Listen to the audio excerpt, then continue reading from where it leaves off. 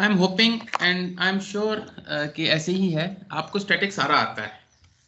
सो ये कोई ऐसी रिव्यू नहीं होगा कि जिसमें हम बहुत कोई डिटेल्स में चले जाएंगे। Just from the point of view of, because we are going to build our subject on a certain subject named statics, उसमें से चंद एक जो important चीज़ें हैं उनको एक दफ़ा रिव्यू कर लेना बेहतर होगा, क्योंकि इसमें it will give me an opportunity to from time to time point out कि यहाँ पे हम ऐसे करते हैं तो यहाँ हम क्या करेंगे मैकेनिक्स मटेरियल्स में।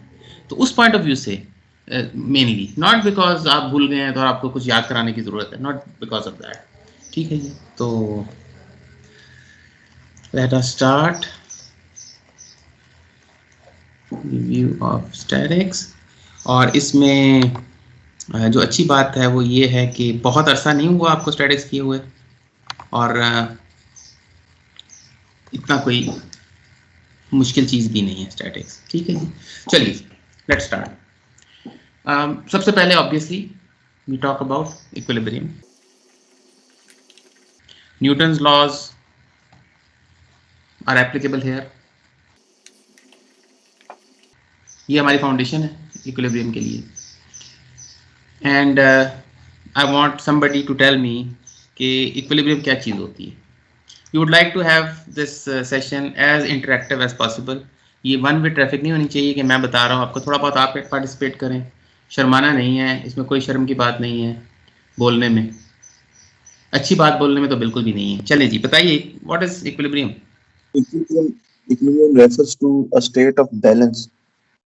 Balance, yes balance, yes balance पे ये बात ठीक है। Generally equilibrium is balance. अगर हम इंग्लिश लैंग्वेज को देखें तो वो तो ऐसे सस्टेनेबिलिटी, बैलेंस, बिल्कुल ठीक है।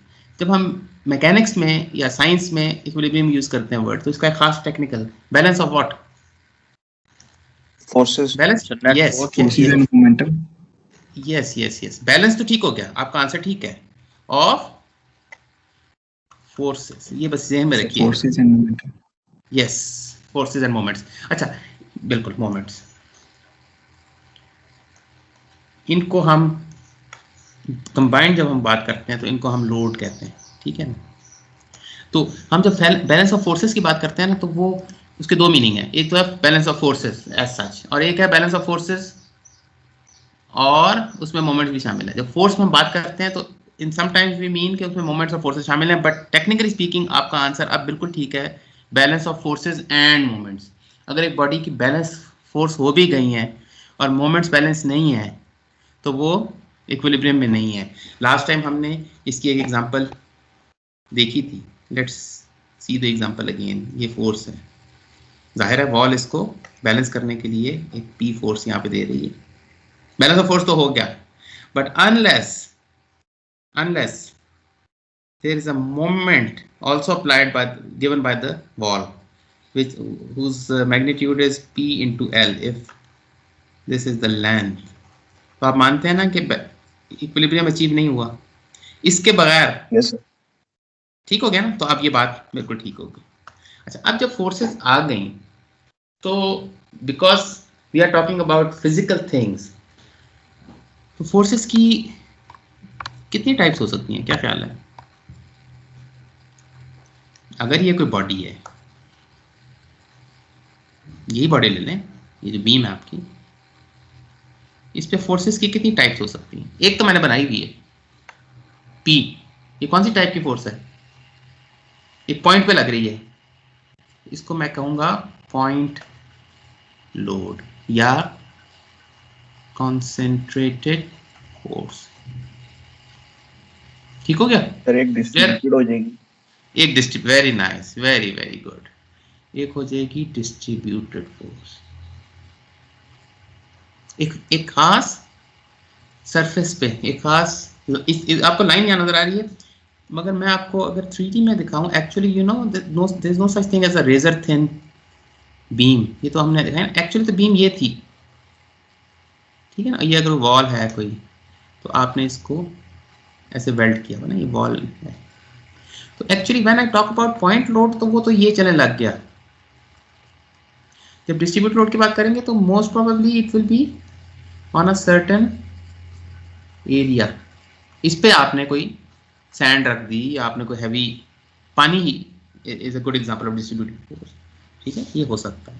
और आइडियलाइज सिचुएशन में एक लाइन पे भी डिस्ट्रीब्यूटेड फोर्स हो सकती है, यानी एक लाइन है, जिस तरह पॉइंट लोड भी एक आइडियलाइजेशन में हम आते हैं उसके ऊपर, एक लाइन पे फोर्स लग रही है, ठीक है ना। अच्छा, इसमें आप देखिएगा कि ये तो न्यूटन में होगा अगर पॉइंट लोड है, तो ये जो फोर्स होगी ना, ये न्यूटन पर, ये बेसिकली प्रेशर होगा। हाँ, यस।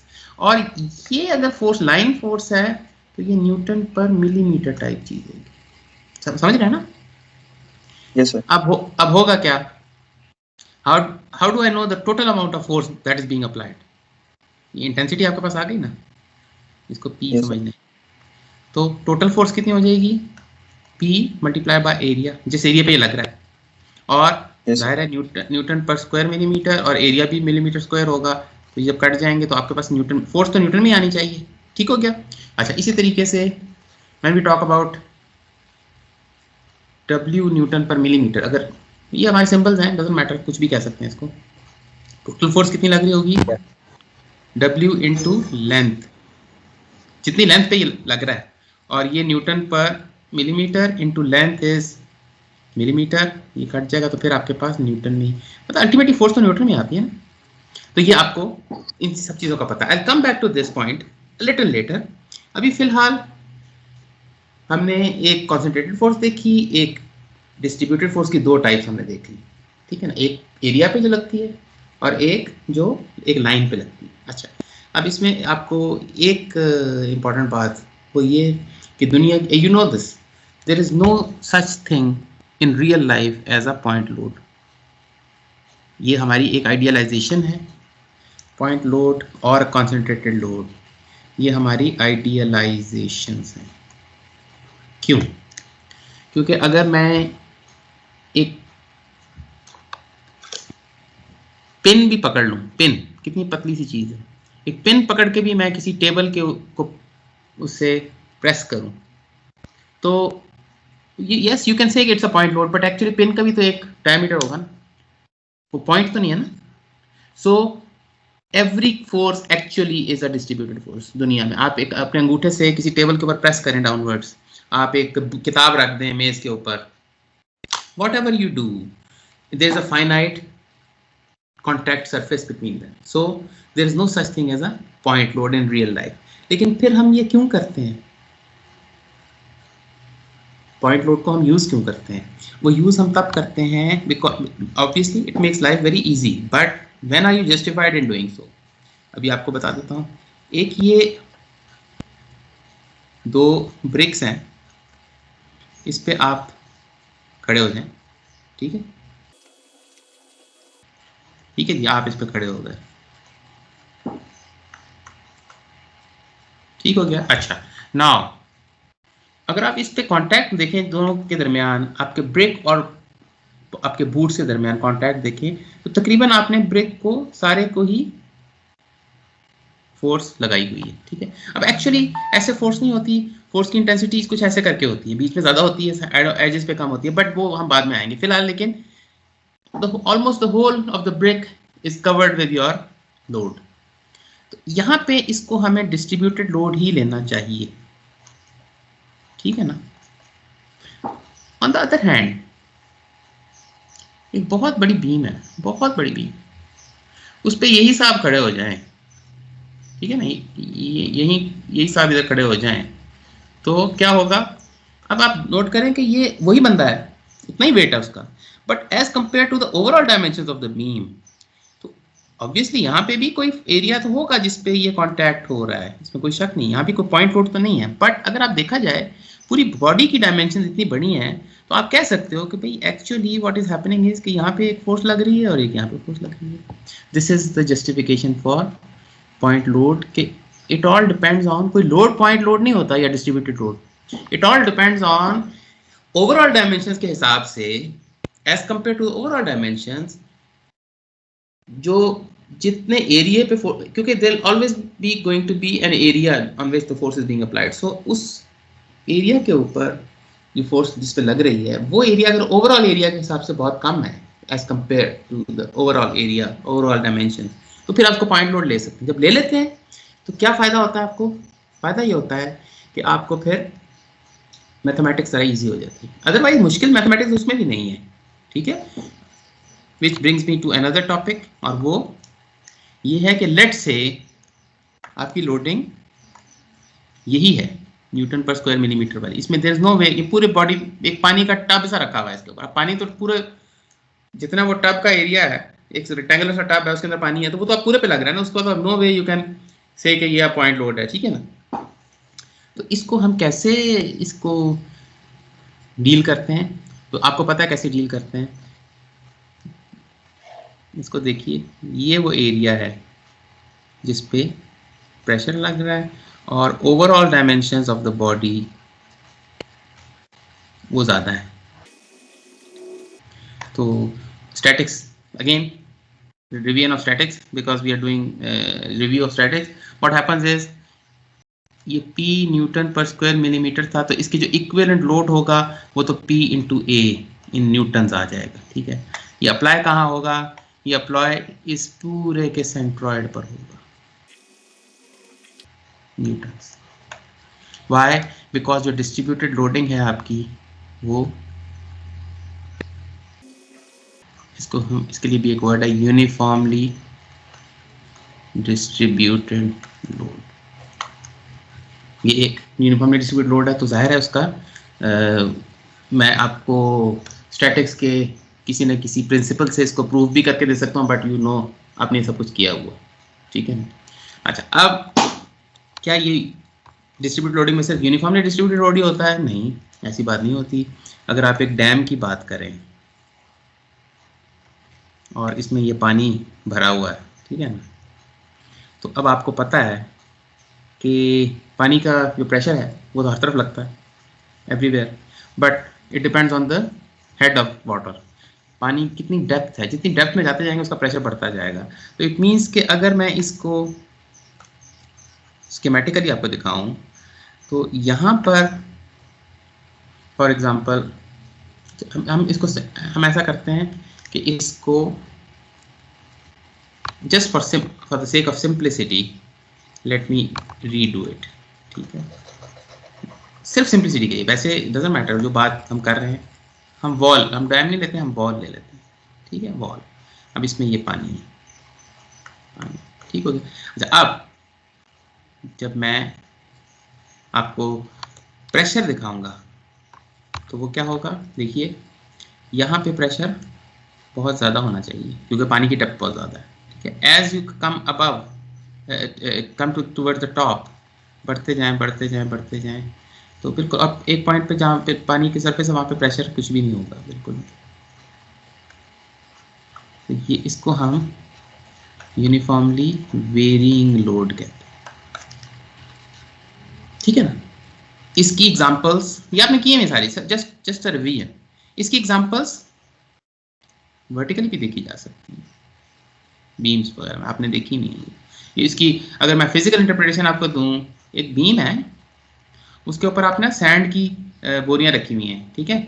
यहाँ पे आपने सैंड की बोरियां ऐसे बहुत ज़्यादा रखी हुई हैं, फिर आपने बोरियां ज़रा कम रखी हुई हैं, ठीक है, फिर कम होती जाती है, समझ आया ना। तो ये we can mimic this sort of thing, and in real life there are many loadings which are like this. अच्छा, इसमें क्या होगा? इसमें ये होगा कि because it is not uniformly varying, it is not uniformly distributed load but a uniformly varying load, ठीक है, या linearly varying load। तो इसमें तरीकाकार क्या होगा कि लेट से इसकी जो मैक्सिमम इंटेंसिटी है वो W newton per millimetre, for example ये हम 2D में देख रहे हैं, it could be millimetre square also. तो और ये टोटल लेंथ ये है, तो यहाँ पे जो लोडिंग की इंटेंसिटी होगी वो W इंटू एल न्यूटन हो जाएगी, और यहाँ 0 है, राइट। तो टोटल लोड कितना लग रहा होगा? You know, total load W into L over 2 क्यों? अगर ये बिल्कुल रेक्टेंगुलर लोडिंग का डायग्राम होता तो बेसिकली ये लेंथ और ये हाइट इसकी W होती है, तो ये इस रेक्टेंगल का जो एरिया होता है W into L, that's the load. But now because you have a triangular kind of loading, तो इसका डिवाइडेड बाय 2 हो जाएगा, वो जो मैंने यहाँ किया, ठीक है। अच्छा, और स्टैटिक से ही it's just revision, I am not going to derive it, but you remember कि अगर ये ग्रीन में शो किया हुआ WL होता, यानी कि रेक्टेंगुलर, बिल्कुल यूनिफॉर्मली डिस्ट्रीब्यूटेड लोडिंग, तो इसका जो रिजल्टेंट होता वो बिल्कुल सेंटर से पास होता है। लेकिन इस केस में चूंकि ये ट्रायंगुलर है, it will be displaced towards the side where we have the higher load. और ये आपको पता है कि अगर ये टोटल L है तो ये L/3 और ये 2L/3 में डिवाइड होता है। ये सिंपल कैलकुलेशंस हैं जो आपको की हुई हैं, आप यू रिमेंबर, ठीक है ना।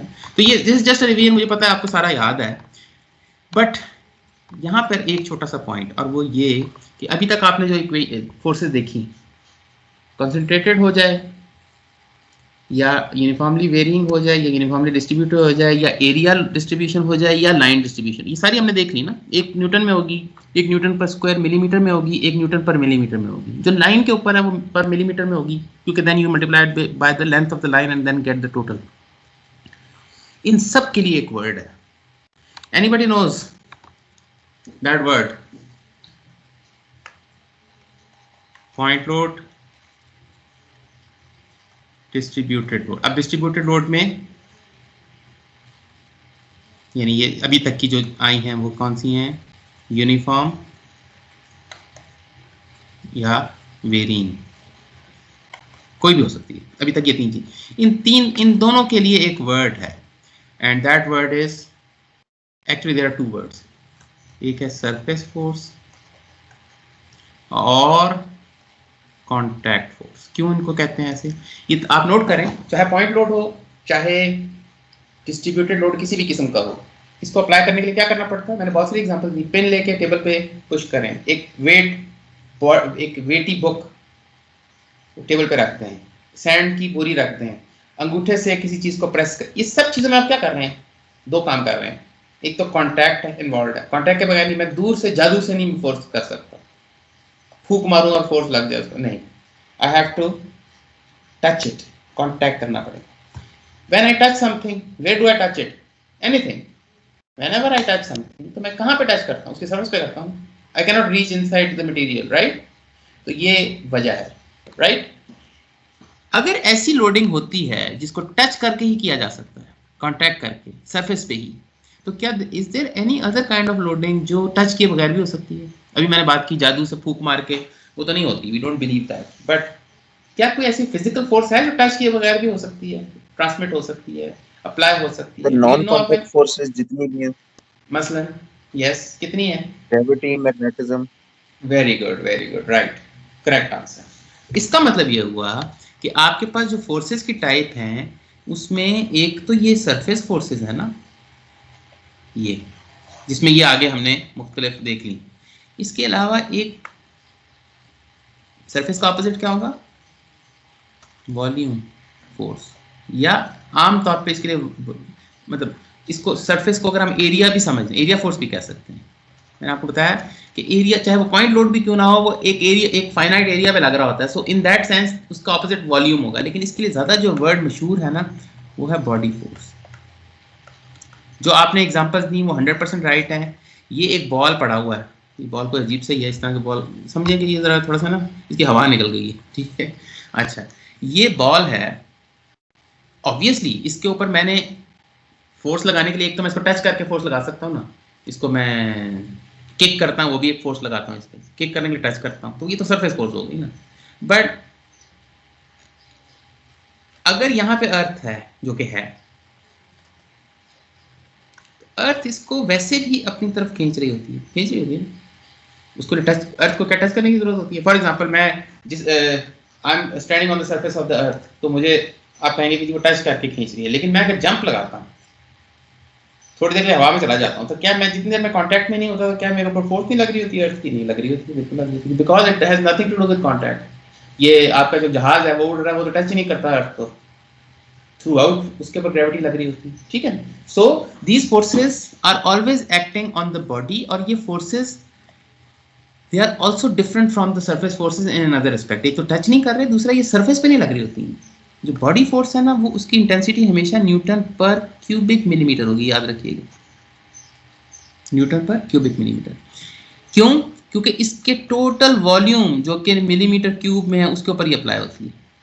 So if I know the volume in millimetre, तो मुझे टोटल फोर्स क्या होगी, न्यूटन पर क्यूबिक मिलीमीटर, ये जो भी नंबर होगा, ये डिपेंड करेगा कि मैं अर्थ के कितना करीब हूँ या किसी और हैवी बॉडी के कितना करीब हूँ, मल्टीप्लाई बाय माय वॉल्यूम, मेरा जितना वॉल्यूम होगा टोटल। इसका भी आंसर न्यूटन में है, फोर्स हमेशा न्यूटन में आएगी, total amount of force will always be in Newton's, but उसको जब कैलकुलेट करेंगे तो देन दिस इज वाई अगर एक दो होमोजेनियस बॉडीज हैं, फॉर एग्जांपल स्टील की बनी हुई है, तो हमें पता है उनकी स्पेसिफिक ग्रेविटी जो है सेम है दोनों की, डेंसिटी सेम है दोनों की। तो व्हाट वी डू इज, एक बॉडी ज़्यादा बड़ी है एक कम है, एक जो ज़्यादा बड़ी है उसका वेट क्यों ज़्यादा होता है, बिकॉज उसका वॉल्यूम ज़्यादा होता है, ठीक है ना। इंटेंसिटी अर्थ दोनों को, छोटी बॉडी को भी और बड़ी बॉडी को भी अर्थ एक ही इंटेंसिटी से खींचती है, इंटेंसिटी यानी कि न्यूटन पर क्यूबिक मिलीमीटर की मैं बात करूँ, वो फिक्स्ड है।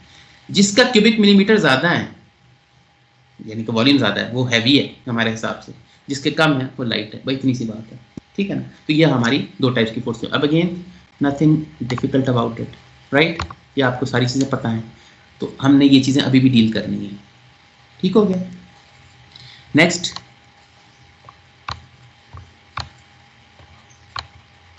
आगे चलें। A word about reactions. देखिए इक्विलिब्रियम, अभी हमने जो एग्जांपल ली उसमें already we have dealt with this. ये जो फोर्स लग रही है इसको, एक तो क्लासिफिकेशन इसकी ये है कि this is a point force और a concentrated force. Another classification is it is an applied force. आप अप्लाई कर रहे हैं ना इसको, ठीक है, मतलब ये एक डिफरेंट पॉइंट ऑफ व्यू है। ये एक कॉन्सेंट्रेटेड फोर्स तो है ही, वो एक अलग क्लासिफिकेशन है। ये ऐसी है जैसे आप आपकी क्लास में बहुत सारे बच्चे हैं, कुछ लड़के हैं कुछ लड़की हैं, एक तो ये क्लासिफिकेशन है। अब वो जो लड़का है वो लाहौर से भी हो सकता है, वो पिंडी से भी हो सकता है, वो कहीं से भी हो सकता है, तो ये एक और क्लासिफिकेशन है। अब वो लड़का लाहौर का भी है और वो लड़का भी है, ठीक है। तीसरा, वो एक लंबा लड़का भी हो सकता है, वो छोटा लड़का भी होता है, मतलब ये क्लासिफिकेशन है ना। तो ये फोर्स को देखने का एक तरीका तो ये था कि ये बॉडी फोर्स है या ये प्रेशर या ये वॉल्यूम फोर्स है या बॉडी फोर्स है या सॉरी या सरफेस फोर्स है। एक तो ये क्लासिफिकेशन, एक ये है कि ये है कौन सी वाली फोर्स, ये अप्लाई की जा रही है, it can be removed, you choose to put it. Last time मैंने एक एग्जांपल आपको दी थी, स्विमिंग पूल का वो जो बोर्ड होता है, ड्राइविंग बोर्ड, ठीक है ना। तो यहाँ पे बंदा हैवी खड़ा हो जाएगा तो ये लोड हैवी हो जाएगा, हल्का बंदा खड़ा हो जाएगा हल्का हो जाएगा, ठीक है ना। ये तो अप्लाइड चीज है। अच्छा, but as opposed to this, when this is applied, तो ये जो वॉल है, to keep this thing in equilibrium, to keep in this thing in balance, वही वाली बात, इक्विलिब्रियम पे बार बार वापस आएंगे। This supplies force to keep it in equilibrium, क्योंकि यहाँ पे अगर फोर्स अप्लाई ये वाली नहीं होगी, ये वाली, तो ये गिर जाएगा पूरा का पूरा, नीचे गिर जाएगा। और अगर यहाँ पे ये वाला मोमेंट अप्लाई नहीं होगा तो ये रोटेट कर जाएगा, ठीक है ना, क्योंकि वो कपल प्रोड्यूस हो रहा है। ये दोनों चीजें आती हैं ना, तो इनको कहते हैं रिएक्शन फोर्सेस। जाहिर है अप्लाइड, और इसको रिएक्टिव फोर्सेस भी कह सकते हैं, वो तो खैर इंग्लिश की बात है। एक है एक्शन अप्लाई और एक है रिएक्शन। आप एक्शन डालें रिएक्शन भी खत्म हो जाएगा, ठीक है ना, क्लियर है ना ये बात। अच्छा, अब रिएक्शन फोर्सेस के लिए हमारे पास कुछ कन्वेंशन हैं। For example you remember beam में, अभी तो आपने एक तो कन्वेंशन देख लिया ना कि जब भी कैंटिलीवर बीम होगी तो उसमें एक मोमेंट आएगा और एक फोर्स आएगी। लेकिन अगर ये सिंपली सपोर्टेड बीम हो, तो यहाँ पे पिन जॉइंट है और ये रोलर सपोर्ट, राइट। इसका जब हम रिएक्शन मालूम करते हैं, यानी हम जब इसको एनालाइज करेंगे इस प्रॉब्लम को, तो इस ऊपर वाले प्रॉब्लम में तो मैंने आई जस्ट सिंपली रिमूव्ड, यानी एक्चुअली मुझे करना क्या चाहिए, फ्री बॉडी डायग्राम, ये वर्ड बार बार आएगा, लास्ट टाइम भी आया था। Hardly any lecture of hours will be complete without this word, ये कहीं ना कहीं आ जाएगा और आना चाहिए, और आपके हर एग्जाम में, हर प्रॉब्लम में ऑलमोस्ट इसको फीचर करना चाहिए। अगर नहीं कर रहे किसी प्रॉब्लम को डील करते फ्री बॉडी डायग्राम, तो थिंक अगेन, ठीक है। इसका फ्री बॉडी डायग्राम जब इसका बनाएंगे ना हम, तो वी आइसोलेट दिस, हम इसको, हमें हमारा बॉडी ऑफ इंटरेस्ट बीम है, वॉल नहीं है, तो हम क्या करेंगे, इस पे अप्लाई होने वाले तमाम फोर्सेस को, अप्लाई हो रहा था वो हो रहा है, और इस पे लगने वाली तमाम रिएक्शंस को भी जो अप्लाई हो रहे हैं इसके ऊपर। यहाँ पे हम एक रिएक्शन लगाएंगे, यहाँ पे हम दूसरा रिएक्शन लगाएंगे, ठीक है, राइट। लेकिन जब पिन सपोर्ट और रोलर सपोर्ट आएंगे तो अब रिएक्शन डिफरेंट होंगे हमारे। वही बीम तो वही है, वही बीम आइसोलेट की। अब पता है पिन जो है this stops the motion in both direction, in X and Y.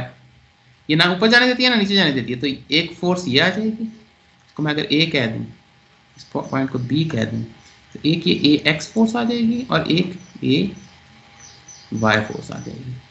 जबकि B is a roller support, it allows motion in the X direction, कोई मसला नहीं है। तो इसमें सिर्फ हमारे पास वाई डायरेक्शन की, ये आपको पता नहीं ये सब चीजें, यू रिमेंबर दिस। सो ये हम जो चीजें हैं ये हम देख चुके हैं। एक और कॉम्बिनेशन देख लें, वो भी कॉम्बिनेशन क्या कि it all depends on the loading also. अगर ये कैंटिलीवर बीम की एग्जांपल ही ले लें, but now this kind of force is being applied, not a vertical load but a angular load। तो अगर ऐसे है तो इसका फिर वही बनेंगे, ऐसे बनाएंगे आप, ठीक है। इस पे अप्लाई होने वाला ये फोर्स तो लगेगा ही, बट इन दिस केस अब ये वाली फोर्स भी लगेगी, इसको बैलेंस रखना, एक ये फोर्स लगेगी, इसको इसके हम जो सिंबल्स हैं वो बाद में देख लेंगे हम क्या कहते हैं।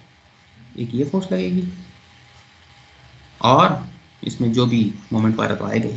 तो इस केस में क्या हो रहा है कि अगर आप नोट करें कि इसका एक कंपोनेंट ये है और इसका एक कंपोनेंट ये है, इसको बैलेंस करने के लिए ये आना ज़रूरी है, इसको बैलेंस करने के लिए ये आना ज़रूरी है, ठीक है ना। और ये जो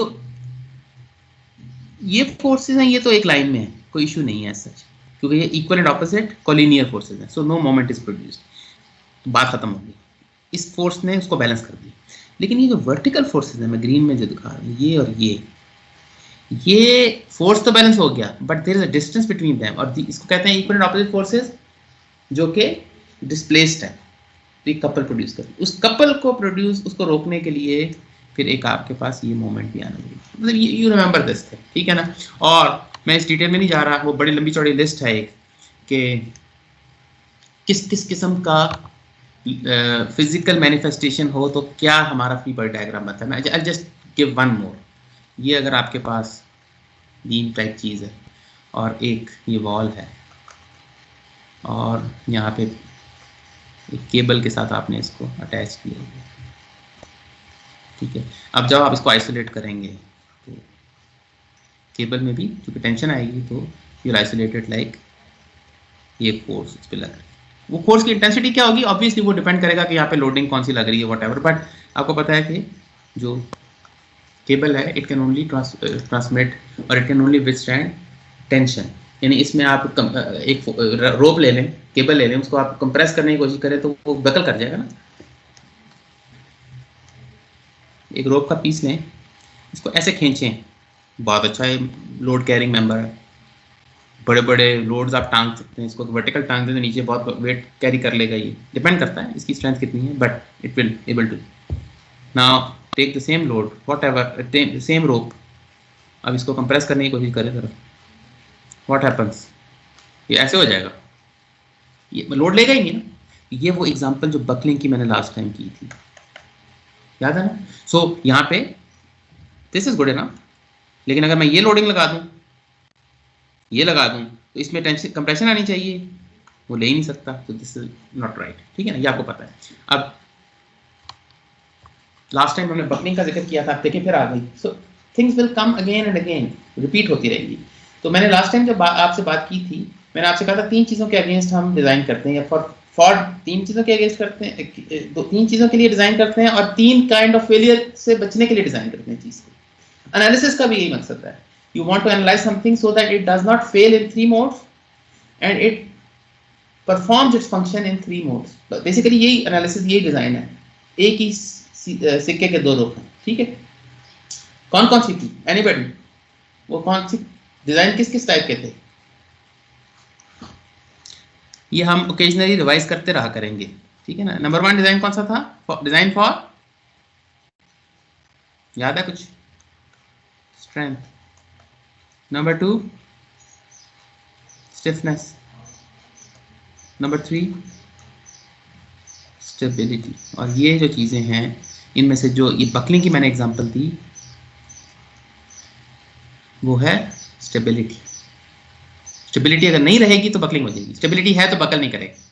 सो there is no way you can use a rope for compression क्योंकि वो बकल करता है। लेकिन the same thing applies for rods also. एक बहुत थिन रॉड होगा तो वो ये तो नहीं कह सकते आप थिन रॉड को कि वो बिल्कुल ही कंप्रेशन नहीं ले सकता, ले सकता है, बट थिन रॉड भी बकल कर जाते हैं रोप की तरह। It's just a matter of degrees. So आपको मेक श्योर करना।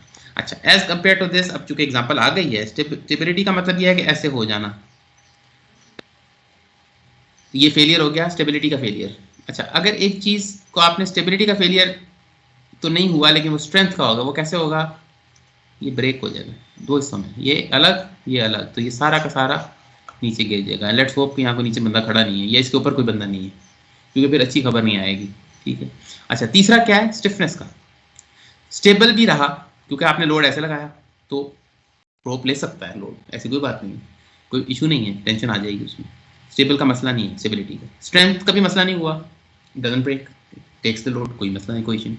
क्या ये फिर भी ठीक है? No, I don't know, check करना पड़ेगा कि कहीं ऐसे तो नहीं हो रहा कि ये जो इसका इसमें एक्सटेंशन इतनी आ जाए, इतना बड़ा हो जाए, क्योंकि हर चीज़ एक किस्म की इलास्टिक होता है। इलास्टिक में तो आपको नजर आता है ना सामने, लेकिन every material is kind of an elastic. So इतनी एक्सटेंशन हो जाए कि टूटे भी ना, स्टेबल भी रहे, बट अब नई फाइनल कॉन्फ़िगरेशन ये बन गई और यहाँ पर कोई मूविंग गियर था, मूविंग मशीनरी थी यहाँ पे, और वो उसका टकराना शुरू हो गया।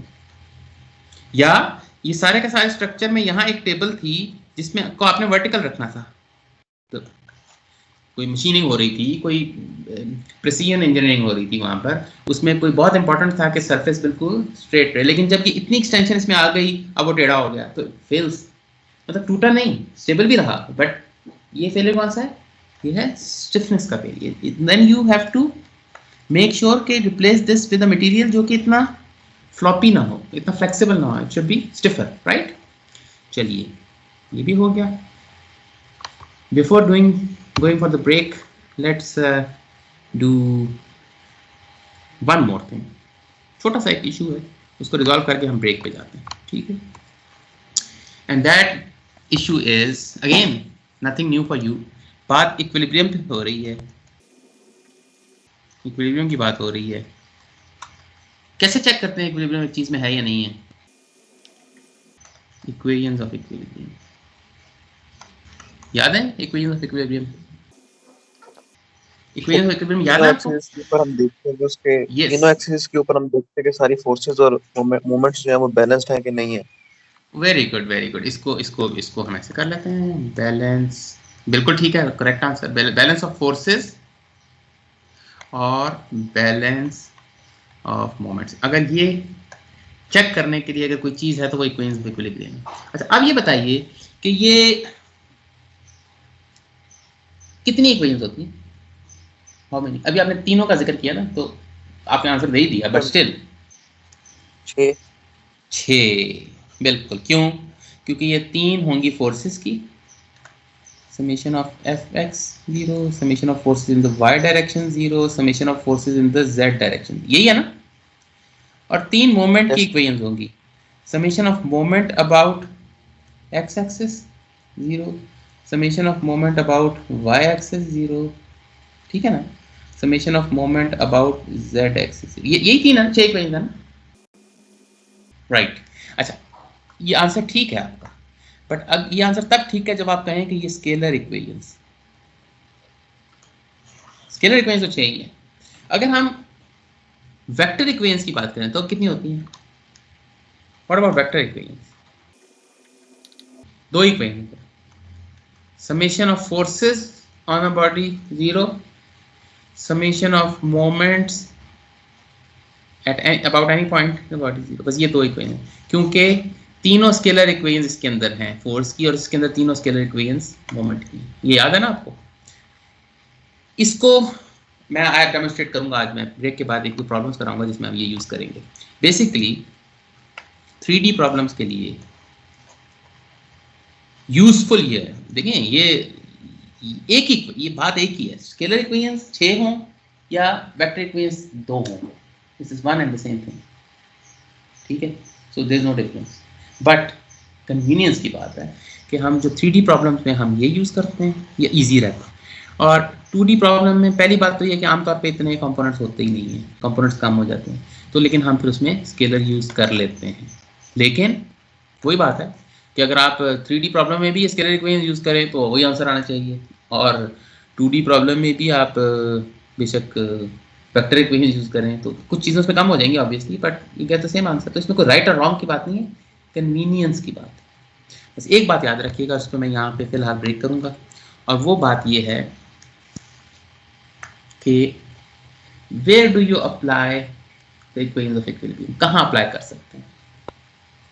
यानी आप कहते हो एक बॉडी है वो इक्विलिब्रियम में, इसका मतलब क्या है कि इस पे समेशन ऑफ फोर्सेस 0 है, summation of moment about any point in the body is also 0, यही है ना, यानी बैलेंस हो रहा है, राइट। तो ये बस बात याद रखिएगा कि जैसे ये फुल बॉडी पे अप्लाई होती है ना ये इक्वेशंस, कंप्लीट बॉडी पे, इसी तरह any part of the body पे भी ये अप्लाई होनी चाहिए। यानी एक दूसरे लफ्जों में, just say it in another way, if a body is in equilibrium, so obviously the whole body in equilibrium means sum of all the forces on the body must be equal to 0, sum of all the moments must be equal to 0, फिर equilibrium में। और अगर एक body equilibrium में है ना, तो then any part of it also is in equilibrium, it has to be. यानी ये नहीं हो सकता कि किसी बॉडी के इंडिविजुअल पार्ट्स तो इक्विलिब्रियम में ना हो लेकिन वो पूरी बॉडी इक्विलिब्रियम में हो, बस इसको आपने ध्यान में रखना है। और अगर ये थोड़ा सा भूल गया था तो एक चीज़ याद करें, मेथड ऑफ सेक्शंस। याद है आपको क्या होता है, कुछ याद है, प्रोसेस किए थे? Yes sir, yes sir. Let's say ये ट्रस है, लेट्स से ये ट्रस है, तो आप मेथड ऑफ सेक्शन क्या करते हैं, आप कहते हैं मैं यूं कट कर लूं, अगर कहीं पे भी रैंडम, ये नहीं कि कोई खास डायरेक्शन है, I could have cut it like this और I could have cut it like, कहीं पे भी कट कर लूं, तो मेरे पास जो सिचुएशन बनेगी, take one any one side, मैं लेफ्ट वाली साइड ले लेता हूँ, ये बना ना, ये कट किया मैंने ये वाला, इस पे भी मैं इक्वेशंस ऑफ इक्विलिब्रियम लगा सकता हूँ, क्योंकि ये भी अगर पूरी बॉडी इक्विलिब्रियम है तो इस पे भी मैं बिल्कुल वैलिड है ये वाली इक्वेशन लगाना। व्हाई?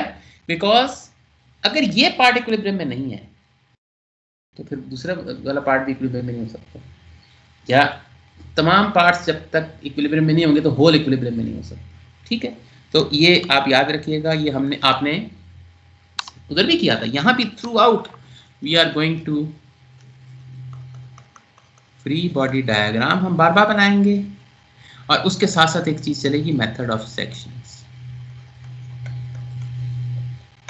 यानी फ्री बॉडी डायग्राम अक्सर तो ऐसे होगा कि it's a matter of isolating this beam from the wall, ये तो इसमें तो ऐसा सेक्शन आपने इस्तेमाल नहीं किया, इसको अलग करेंगे तो बस ये बन जाएगा, और ये और इस पर लोड जो अप्लाई होते हैं वो बन जाएंगे।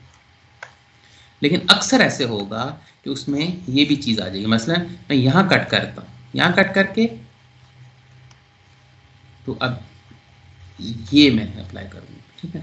तो बेसिकली फ्री बॉडी डायग्राम इस केस में एक पार्ट ऑफ द बॉडी का बनेगा, और इस केस में लेफ्ट हैंड साइड पे पूरी बॉडी का बनेगा, ये पूरी बॉडी का है और ये part of the body. But एक में मेथड ऑफ सेक्शन इस्तेमाल हुआ, एक में नहीं हुआ, लेकिन इक्विलिब्रियम इक्वेशंस दोनों पे वही लगेगी, इसमें कोई डिफरेंस नहीं, ठीक है जी। चलें अभी फिलहाल ब्रेक करते हैं थोड़ा सा, और let me stop the recording.